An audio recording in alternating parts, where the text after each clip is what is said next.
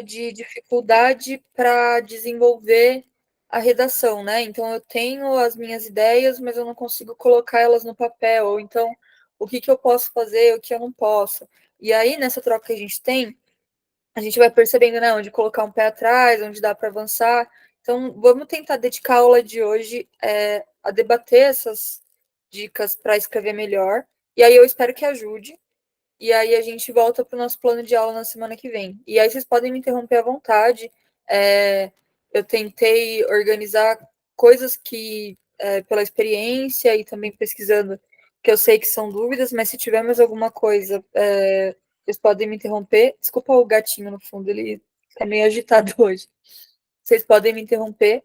E se tiver alguma coisa, aquele clichê de professor, né? Se tiver alguma coisa que eu não sei, eu anoto aqui, na semana que vem eu trago. Mas vamos ver se a gente consegue estancar essas dúvidas por hoje. E aí, outra coisa que eu aprendi agora a compartilhar a minha apresentação sem tomar toda a minha tela, então vai dar para ler melhor.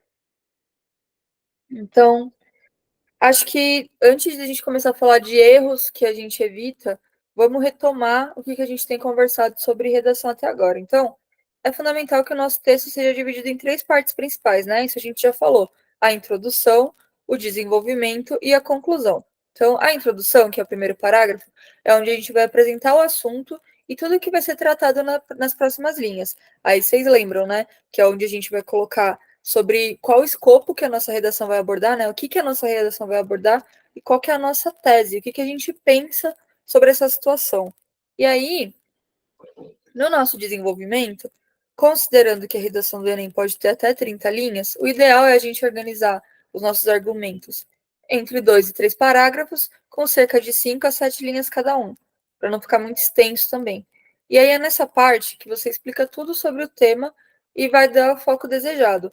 O comum, quando a gente está fazendo o desenvolvimento, é separar uma ideia para cada parágrafo. Então, para você poder desenvolver melhor o seu argumento e a sua ideia, não misturar tudo, escrever um parágrafo super longo. A gente coloca um em cada uma ideia, um argumento em cada parágrafo. Então quer dizer que eu tenho que, se eu vou escrever 3 parágrafos, eu tenho que ter 3 ideias? Não necessariamente. O importante é que a sua redação esteja coesa e coerente. E aí, na hora você vai vendo como você organiza melhor. Às vezes a gente desenvolve 2 ideias em 3 parágrafos. Vai muito do que a gente está escrevendo e de como a gente está abordando esses temas. E aí, por fim, a conclusão, que, como a gente já falou, é o que vai amarrar todas essas ideias e garante a finalização. E aí, a gente tem que caprichar para encerrar corretamente, e vamos falar disso melhor mais para frente, mas a gente encerra bem bonito, assim, amarrando tudo, dando a nossa proposta de intervenção, e a gente não apresenta informações que não foram tratadas antes. Então, se você está escrevendo sobre, sei lá, feira livre, e aí você deu toda a tua opinião sobre abacaxi, uva e banana. Você não vai colocar na conclusão o que você acha de tomate, porque não é o momento, né? A gente vai só retomar o que a gente acha de banana, abacaxi e uva, entende?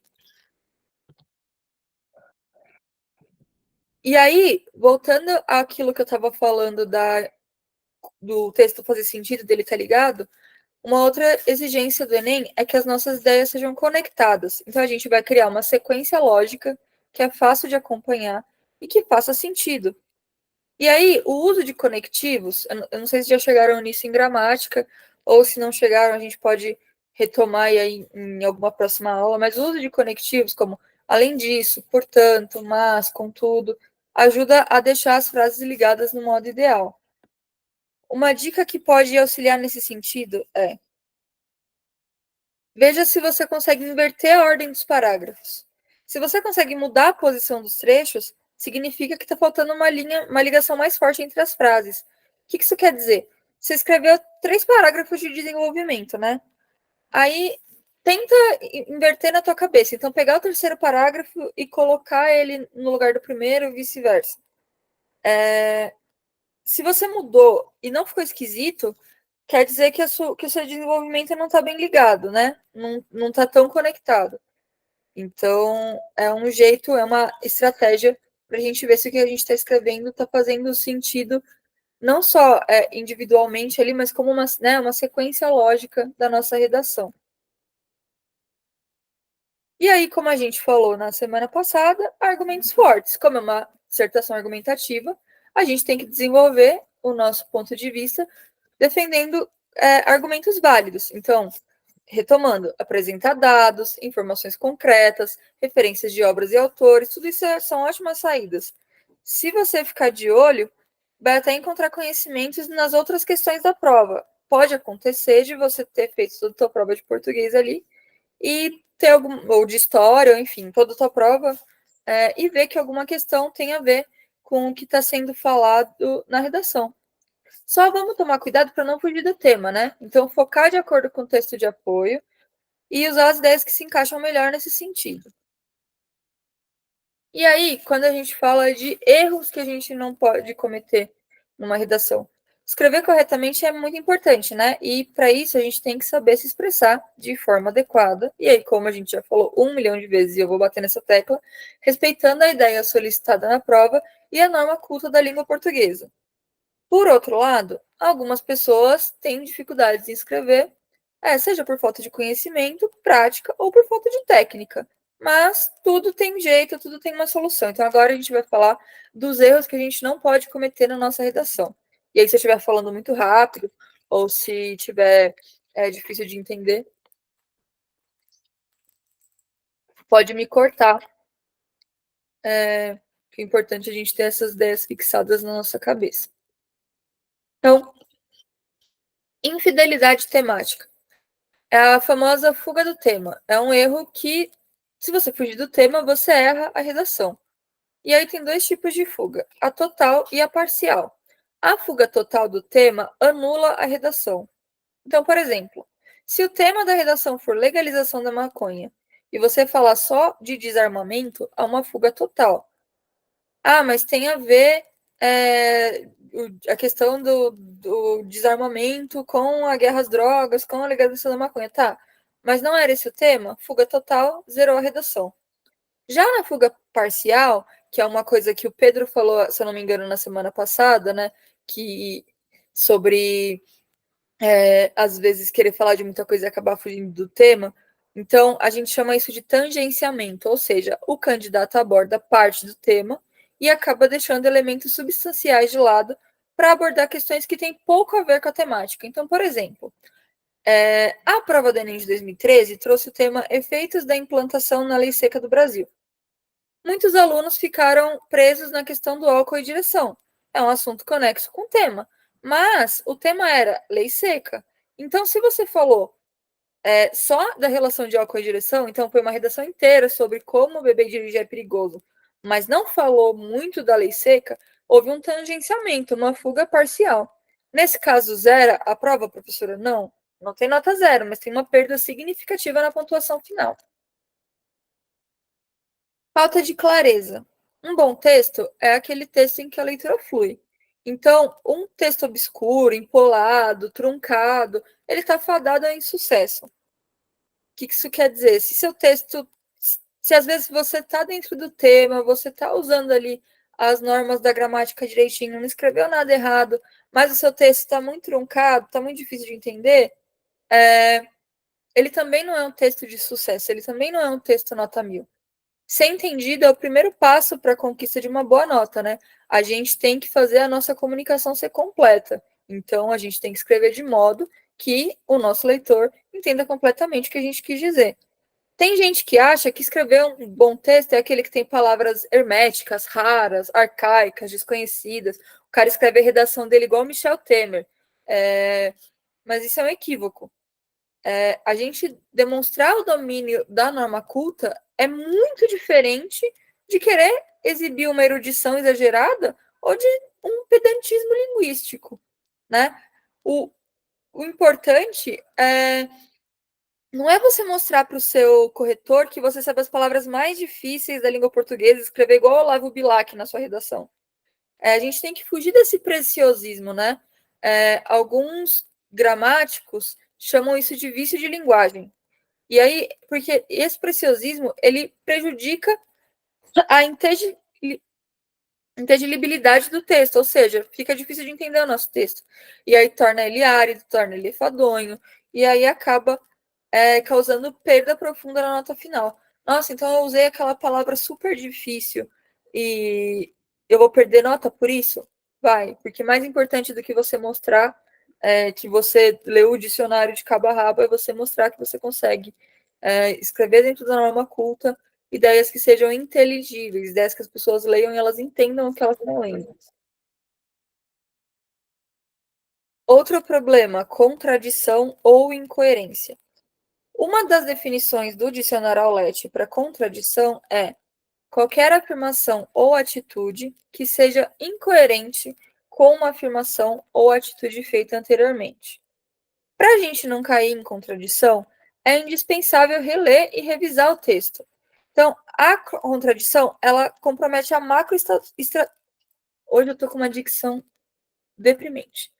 Ela compromete a macroestrutura do texto, ou seja, ela corrói a teia argumentativa da redação. Imagina que você Imagina uma teia mesmo, uma teia de aranha daquelas bonitonas lá, que elas fazem todos os fiozinhos. Se o que você está falando lá no começo se contradiz com com a sua argumentação, não está fazendo sentido, você está corroendo essa teia argumentativa. Vira uma redação desestruturada, não faz muito sentido. Para tentar ser mais clara, para tentar trazer um exemplo prático. Vamos supor que você está falando na sua redação que você acha que você está falando que você acha que o certo é, sei lá, que o céu seja azul. E aí, no meio da redação, você começa a falar, não, mas na verdade eu acho que, o céu ser azul é meio errado. E aí você não explica por que, que você está falando isso. E aí começa a ficar né? Isso aí é um exemplo bem, é, bem grotesco do que é a contradição, né? Mas às vezes não é tão grotesco. Às vezes é uma coisinha de revisão ali que você não prestou atenção.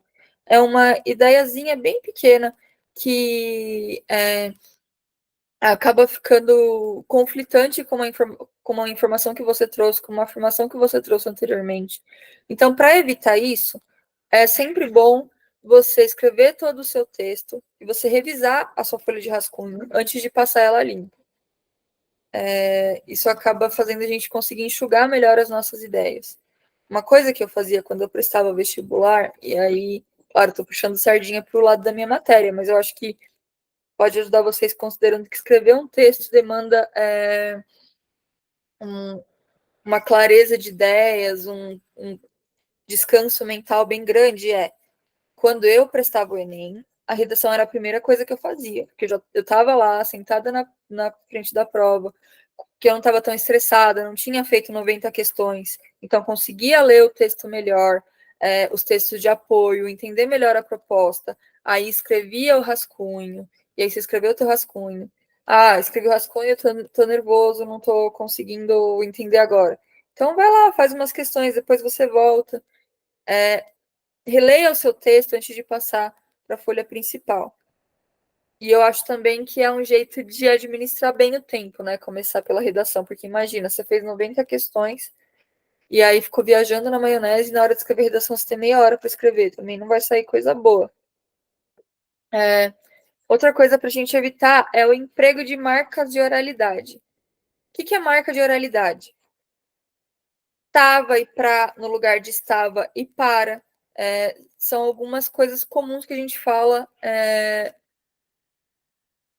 e que costumam aparecer na escrita, né? Então, quando vocês estão digitando no WhatsApp, dificilmente vocês vão falar para o amigo de vocês, eu estava na aula, eu estava na aula.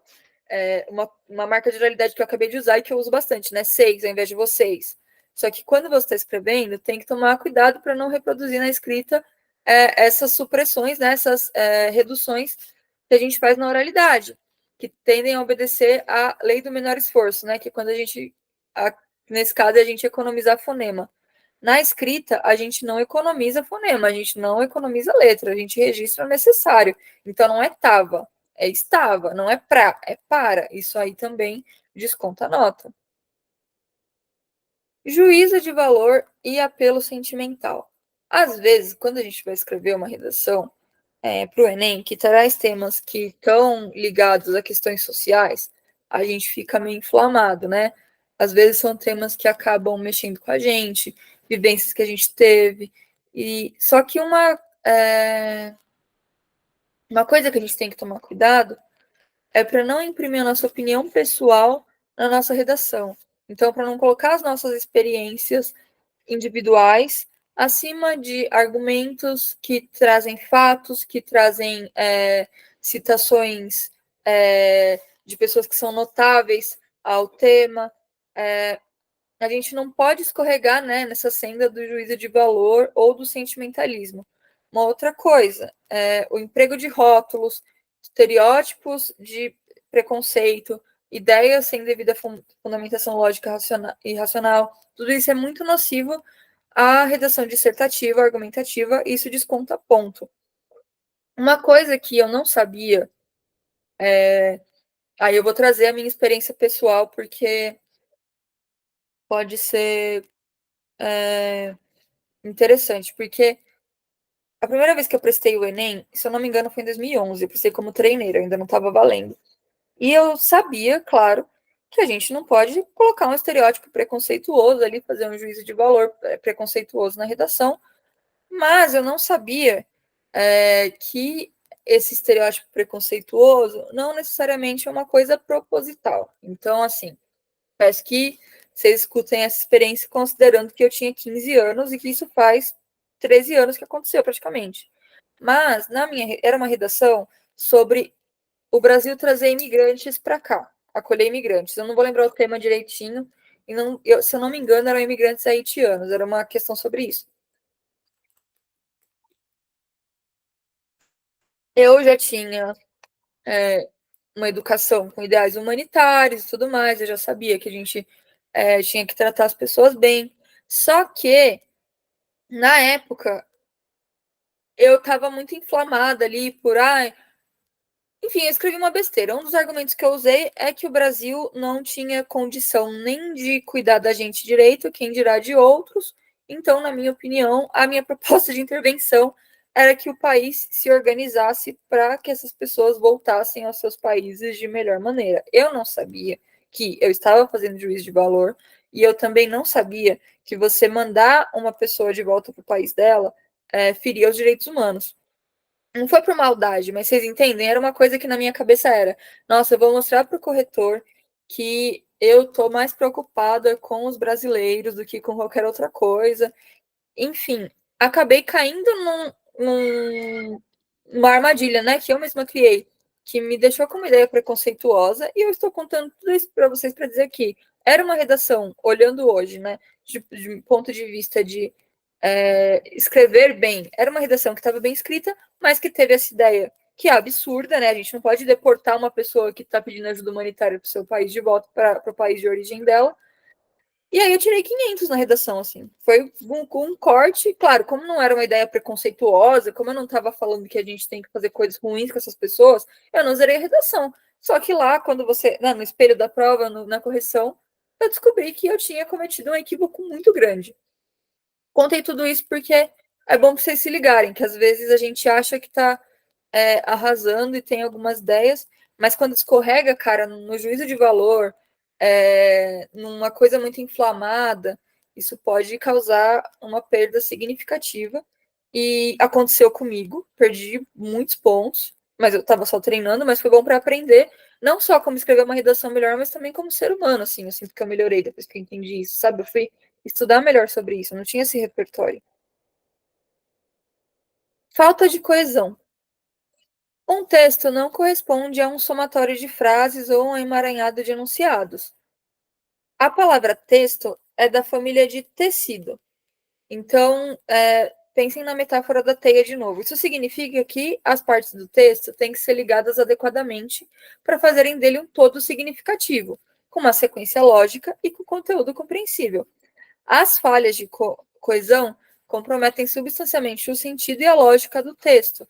Então, como eu já falei no começo da aula, não é só escrever um monte de parágrafo que está tudo escrito certinho. A gente tem que fazer um tecido, a gente tem que ligar tudo adequadamente.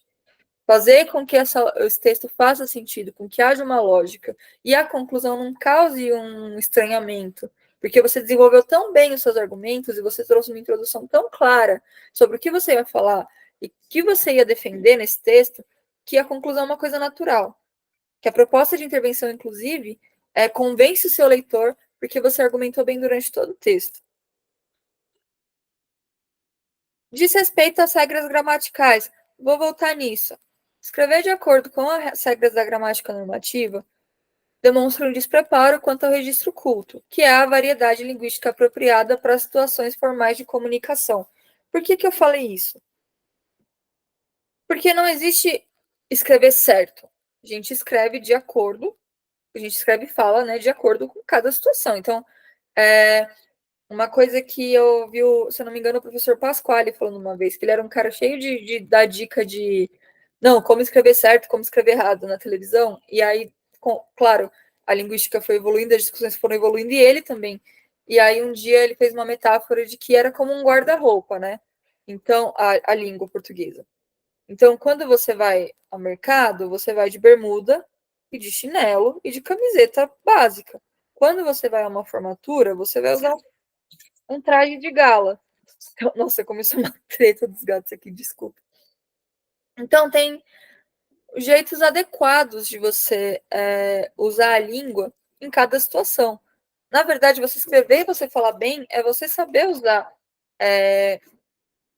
a língua de maneira adequada, né? Então, numa conversa com amigos, você não vai falar super formalmente. E quando você vai escrever uma redação também, você não vai escrever gíria, você não vai escrever de um jeito mais informal. Então, por isso que eu falei de variedade linguística apropriada e não de certo ou errado. E aí, os erros gramaticais, e aí falando mesmo de escrever a palavra com a acentuação correta, com as letras corretas, né? Gramática mesmo, falando de gramática.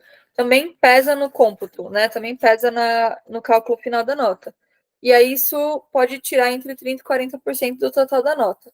As bancas exigem que o candidato demonstre que está apto a escrever conforme as prescrições gramaticais. Já que no exercício do cargo, e aí exercício do cargo falando mais de concurso público, né? Mas também falando pensando em vocês como futuros alunos de universidade, é necessário instrumentalizar a língua culta para cumprir as funções sociocomunicativas. Então, você vai escrever documentos, você vai escrever textos oficiais, você vai escrever provas na sua faculdade e você tem que provar que você consegue escrever uma boa prova, por exemplo. Uso da primeira pessoa do singular. Um erro que é muito comum também, que eu já peguei bastante corrigindo redação. Não é porque a redação é argumentativa, né, que vem os seus argumentos, que você pode começar com eu acho. Usar a primeira pessoa do singular pode até anular a redação. Então a gente tem que manter o distanciamento. Por isso que eu insisto tanto toda a aula em vocês lerem jornais. É um jeito de é um exemplo de como escrever adequadamente para esse tipo de texto, no sentido de que o autor nunca se envolve, né? É sempre na terceira pessoa do singular. E aí, por último, a falta de propostas e soluções. Então, tão importante quanto apresentar os nossos argumentos é propor formas de resolver a questão do tema. Se a nossa redação não for clara ao trazer soluções, o desconto na nota será inevitável. Isso quer dizer, se você escreveu uma super conclusão, mas você não colocou uma proposta de intervenção, vai ter desconto na nota. Vocês têm dúvida até agora? Que a gente tem mais 10 minutos, e aí, se ninguém tiver nenhum comentário sobre isso, eu estava pensando em em trazer rapidinho um slide sobre variação linguística. Assim, eu não vou mentir que eu provavelmente vou esquecer muita coisa, mas talvez eu reveja a aula, porque foi muito top. Daí talvez eu esqueça algum. Uhum. Mas eu acho que o que você apresentou tá tranquilo e também é fácil de entender. Que bom, Porque é bastante coisa, eu sei que é uma enxurrada de conteúdo que eu trouxe de uma vez, mas eu acho que é isso, né? Mais importante do que decorar tudo é entender. Também é um clichê que eu venho repetindo em toda aula, mas não precisa decorar qual é o passo a passo, mas acho que é isso, né? Voltar nesse slide, por exemplo, e reler ele depois, ou reassistir essa aula, ajuda bastante. Então, ou uma outra coisa que pode ser legal. Terminou de escrever a sua redação? Volta nesse slide, revisa ele e vê se tem alguma dica que você esqueceu no seu texto. Esse exercício de prática vai acabar ajudando a escrever melhor e fica uma coisa natural, né? Fica uma coisa que o texto flui e então não necessariamente é uma questão de decorar, mas acho que é isso que você falou, voltar no texto e entender mesmo o que eu falei. Aí, ó, a gente tem mais 10 minutinhos. Provavelmente vocês vão ver isso em outras matérias, mas eu vou trazer aqui também, porque eu acho que pode ajudar.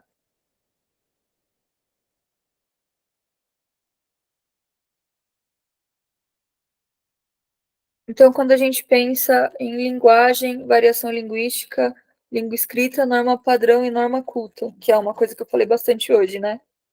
Então, eu vou passar bem por cima desses slides, não vou ler tudo, mas a linguagem é a capacidade que. Meu Deus do céu. Desculpa, gente, o barulho. Eles escolheram agora para brigar. A linguagem é a capacidade que a gente tem de expressar os nossos pensamentos, né?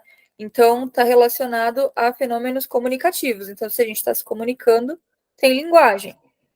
E aí, tem vários tipos de linguagem, se a gente está pensando em linguagem como comunicação. Então, sinais, né? Você faz um joia, você faz um não, é linguagem. Símbolos, sons, gestos, e regras com sinais convencionais, né? Que é a linguagem escrita, a linguagem mímica, por exemplo. Num sentido mais genérico, a gente fala de linguagem como um sistema de sinal que faz a gente se comunicar.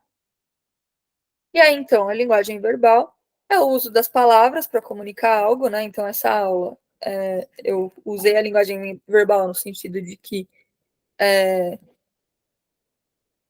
estou falando e estou escrevendo para comunicar coisas para vocês, e linguagem não verbal são outros métodos de comunicação que não são as palavras. Então, placas de trânsito, figuras, linguagem corporal, expressão facial. Isso aí também causa uma confusão, porque às vezes a gente acha que linguagem verbal é o que está escrito, mas não é isso, né? É quando a gente usa as palavras, pode ser de maneira escrita ou de maneira falada. E aí, o que é fala, então? A fala é a utilização oral da língua pelo indivíduo. E aí, cada um é um ato individual, porque cada um vai escolher os elementos que convém, conforme o gosto e a necessidade, a situação, o contexto, a personalidade, o ambiente sociocultural que vive, etc. Então, tem uma diversificação nos mais variados níveis da fala, né? Até dentro de aulas. Claro, nenhum professor vai entrar falando um monte de coisa inadequada para a aula, mas cada um tem sua vivência, o jeito de dar aula vai falar diferente. E aí, cada um de nós, além de a gente conhecer o que a gente fala, a gente também conhece o que os outros falam. É por isso que a gente consegue dialogar com pessoas dos mais variados graus de cultura, embora nem sempre a linguagem delas seja exatamente como a nossa. Então é por isso que vocês conseguem conversar com a vozinha de vocês de 80 anos.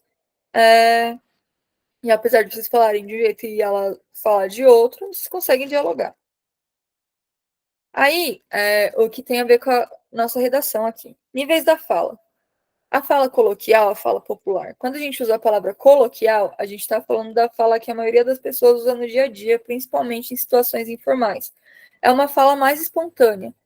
Quando a gente está utilizando a fala coloquial, a gente não está preocupado em saber se a gente está falando ou não de acordo com as regras formais que foram estabelecidas pela língua. Quando a gente está falando de norma culta, que é o jeito que a gente tem que se expressar dentro de uma redação do vestibular, é o nível da fala que é mais utilizado em situações formais. Então, a gente vai ter um cuidado maior com o vocabulário e com a obediência às regras gramaticais estabelecidas pela língua portuguesa. E aí, a língua falada é uma ela é mais espontânea, ela tem uma comunicação linguística em toda a sua totalidade, e aí a gente também acompanha essa nossa fala pelo nosso tom de voz, por mímicas, né? Por exemplo, eu uso bastante a mão, inclusive as nossas fisionomias. E a língua escrita não é só a representação da língua falada, mas é um sistema mais disciplinado e rígido. Então, porque ela, além de tudo, não conta com o jogo fisionômico, as mímicas e o tom de voz do falante. E aí, no Brasil, por exemplo, todo mundo fala língua portuguesa, mas existem diversos usos diferentes devido a diversos fatores. Então, fatores regionais, culturais, contextuais, né, qual o contexto que a gente está falando, que a gente está escrevendo, profissionais e naturais. E aí, só resumindo, né, o que a gente está falando hoje sobre norma padrão e norma culta na redação, a norma padrão, ela segue prescrições representadas na gramática, mas é marcada pela língua produzida em certo momento da história em uma determinada sociedade. E a norma culta, ela resulta da prática da língua social em um meio considerado culto, tomando como base pessoas de nível superior completo e moradoras de centros urbanos, o que é bem preconceituoso. Então, também por isso que a gente não fala que existe certo ou errado para a gente falar.